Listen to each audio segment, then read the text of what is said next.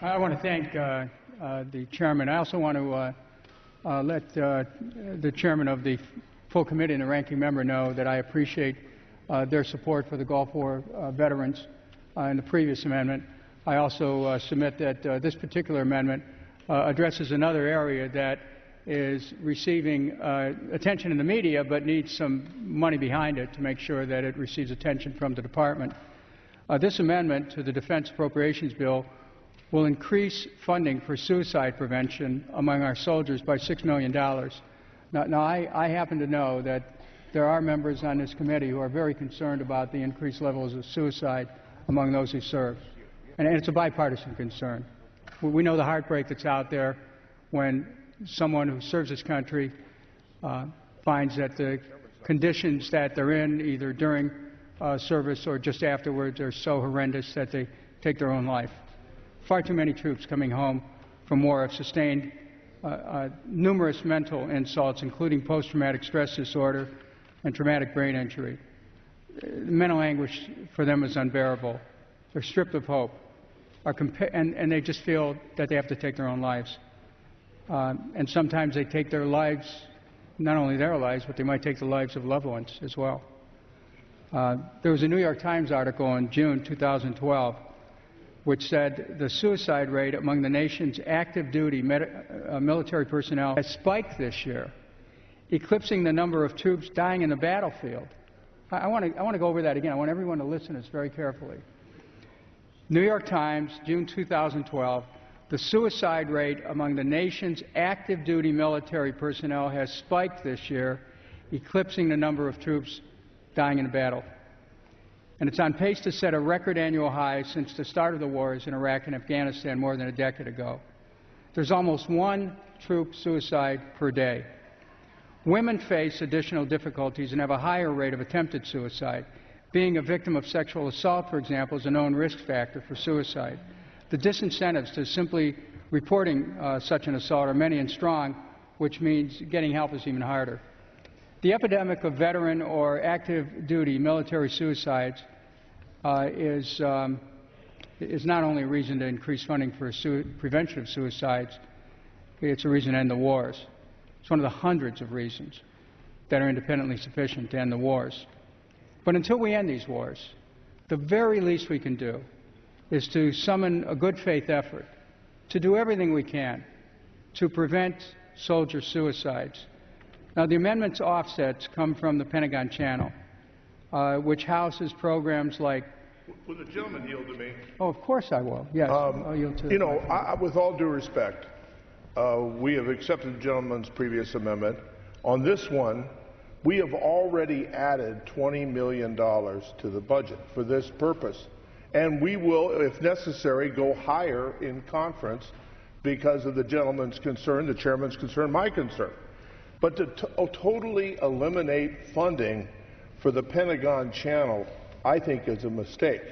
There's very valuable information that is received by the military, by the Congress, by everybody who watches this thing. The source of the amendment.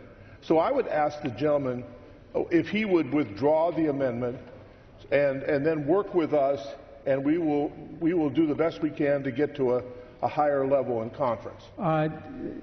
The short answer is yes, and I want to say... Because we're concerned about this. This has become the issue of this war. When more people are dying of suicide than are in combat, and we don't want to lose any life, it means that there is a serious problem, and we want to work with you to address that. Could I ask the chairman of the full committee if he would enter into a colloquy for this? The gentleman yield. First of all, I want to acknowledge my friend from Washington for his commitment. This isn't the first time you and I have talked about this. This long commitment that you have to address this suicide prevention. I would ask the chairman of the full committee, would you be willing to support such an endeavor to plus up the funds for suicide prevention in the conference? Gentleman yield. I certainly will. This issue is extremely important to all of us. At every one of our, almost every one of our hearings, we insisted on getting good answers from the military as to what they could do, what would they do, what did they plan to do to prevent the suicides. We have supported so many programs, added the additional money that Mr. Dix has talked about. We have supported... Time of the gentleman from Ohio has expired. Gentleman from Washington. I rise to strike the requisite. Gentleman is recognized for 5 minutes. And I yield to the chairman.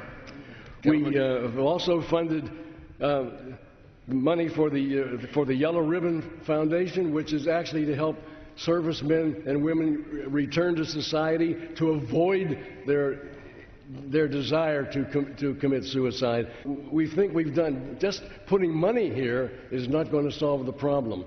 It's going to take a lot of work on the part of the military, on the part of the social workers who deal with these soldiers, sailors, airmen, Marines coming out of the services. Just money is not going to solve this problem. It's a bigger issue than money. But we have provided a lot of money. And we continue to keep pressure on the military organizations to do everything you can. And the chairman would, taking back my time just for the moment, the point is we have also added money for traumatic brain injury, for post-traumatic stress disorder. I mean, our subcommittee has been at the forefront of providing the additional resources beyond the administration's request for a number of years, since this has become a major issue. But I would just ask the gentleman to try to work with us on this one because of the source issue, and we'll work together and do the best we can. Will the gentleman yield? Yeah, I yield. I have confidence in the good faith of the chairman and the ranking member. I know that you're both concerned about this. You've said so now, but I also know that you've demonstrated this at other times. So what I would ask is that we could work together to look at the amount that's in there programmatically right now, find a way to plus it up so that we can make sure that the people who are active duty and those who have just left active duty know about programs, have access to programs, and have access to kind of treatment that would be necessary to cut down the number of suicides. I appreciate the gentleman's. In view of this colloquy, I will withdraw the amendment. And again, I thank both gentlemen. Thank you. Is there objection? Seeing none, the amendment